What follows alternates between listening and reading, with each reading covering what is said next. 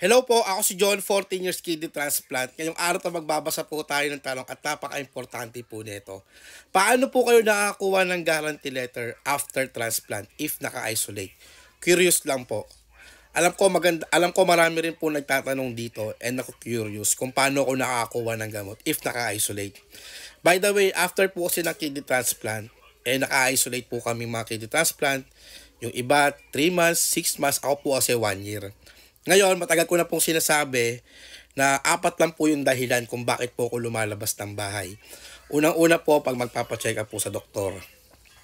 Pangalawa, kapag pupunta po ng NKTI para kumuha ng gamot. Yung pangatlo ko po, pag magpapalaboratory sa NKTI.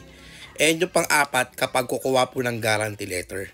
Ngayon, sa pagkuha po kasi ng guarantee letter, yung time ko before, kailangan mong puntahan ng personal tulad yung mga Senate office, mga party list, mga congressman.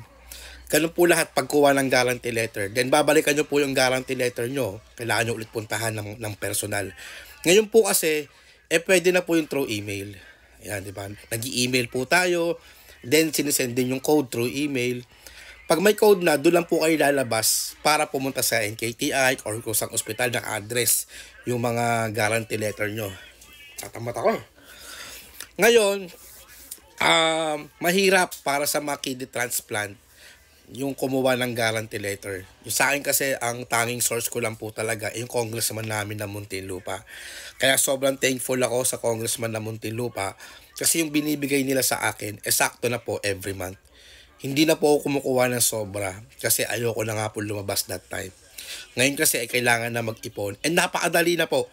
Napakadali na po kumuha ng mga guarantee letter through email, through Viber, through Facebook. Marami na pong sources para makakuha ng guarantee letter. Kaya, paano ba? Hindi ko kasi masasabing swerte. Siyempre, ang hirap naman din magkaroon ng sakit, ba? Pero, napakalaking tulong na or napakalawak na po yung makukuha natin ng guarantee letter. Marami na po makakatulong sa atin. Kaya hindi na po nahihirapan din yung mga pasyente ng may mga CKD para kumuha ng guarantee letter. Kasi maganda na po yung pinaka. Ngayon, may mga pasaway kasi ng mga kidney transplant na kapag lumalabas, hindi na po naka-face mask. Lalo na kapag mga bago pa lang sila. Kapag nakakita ko ng ganon, hindi ko talaga maiwasan na hindi ko sila pagsabihan. Siyempre, as a kidney transplant, mahirap yung pinagdaanan namin. Kaya yun na lang po yung tanging paraan para makatulong ako. Para i-remind yung mga kidney transplant.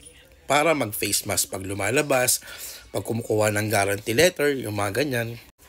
Ngayon kasi may mga pasyente rin na hindi kaya lumabas. 'Di ba? Nahihirapan sila. Diyan pumapasok yung mga members of the family. Sila yung nag-aasikaso ng mga guarantee letter, mga gamot nila. Pero syempre, kailangan din ng mga letters niyan. Tsaka mahirap din kapag yung mga kamag-anak mo ang kukuha ng guarantee letter, tapos pupunta sa NKTI kasi mahaba yung proseso. Unlike kapag kidney transplant ka, madali na rin din po yung access mo. Kasi tulad ko, kidney transplant ako ng NKTI. Sa loob ako nagpapalit ng guarantee letter, yung mga ganyan. Madali na lang din. Basta, kailangan lang din natin mag-ingat, mag-face mask. Ayun ang pinaka-importante, mag-face mask. Mag-alcohol, mga ganyan. Tapos pag uwi, maligo. No choice kasi. Kapag kasi kidney transplant, sa ayaw at gusto mo, kailangan mo talagang lumabas. Yun lang po, ingat po palagi. Sana nasagot ko po yung tanong nyo. And kung may mga tanong pa po kayo, pwede nyo po i-comment sa baba. Sasagutin ko po lahat yan. Ingat po palagi kung nasan man tayo, mas importante pa rin ang kalusugan natin. God bless po sa ating lahat.